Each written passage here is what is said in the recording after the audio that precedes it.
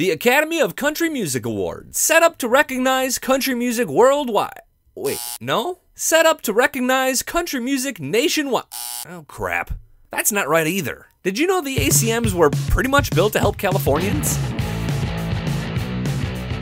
This is a slight exaggeration. According to literature at the ACM website, the ACMs were founded in 1964 to promote country in the western 13 states, but let's be honest, nobody was too worried about the Utes. Glenn Campbell, Merle Haggard, Buck Owens, these are the stars the Academy wanted people to see. Case in point, Johnny Cash won 9 CMAs for his solo music and 0 ACMs. There was some bias, but let's be honest. Even today, most of what's popular comes from within a day's drive of Nashville. West Coasters needed some love too, so they created the Country and Western Music Academy. Prestigious, right? A decade later, they'd shorten it to the Academy of Country Music Awards. The whole thing started when Tommy Wiggins, a nightclub owner, and some musician buddies decided they'd get more work if they had a country Oscars. There were several unofficial ACMs at the Red Barrel nightclub before the first official show in 1966. Those buddies included Buck Owens, which helped. A whole bunch of West Coast Millers won that first year, as did Billboard magazine. They topped mags like Cuz paper for the only ACM Trade Publications Award. Can you imagine the anticipation? Quick note about categories. There were some odd ones. Country Comedy Act of the Year,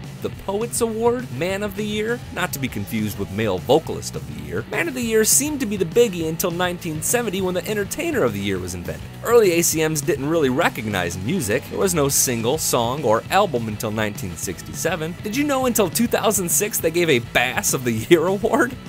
Oh, that might be bass. In 1972, the show hit network television. Dick Clark got involved a few years later, and under his watch, the show grew as big as any televised award show not named Grammy. It was in La La Land, so Hollywood stars showed up. A look at old pics shows that the ACMs were always the sexier of the two country award shows. Catherine Bach, Charo, and more. Oh, mama, thank God for the internet.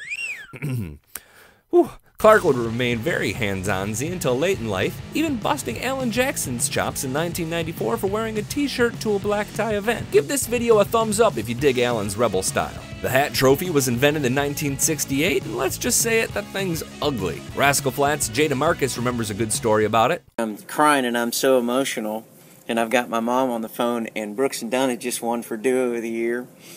And Kix Brooks walked over to me and patted me on the back, and he said, "Congratulations, pal, you got you a bowling trophy too, didn't you?"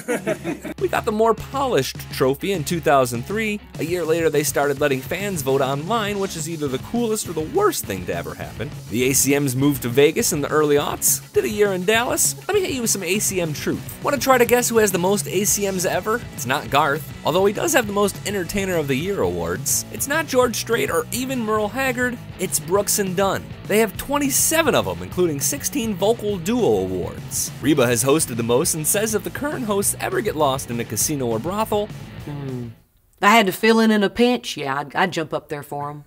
So now you know the ACM Awards. Other things to know, Alan Jackson once protested being told to play to a track by having his drummer play without sticks. A couple named Frank and Christina were married during the ACMs in 2009, and the ACMs apparently served dinner during the show at some point. Can you imagine someone having to push pause in a pork chop to go accept their bowling trophy?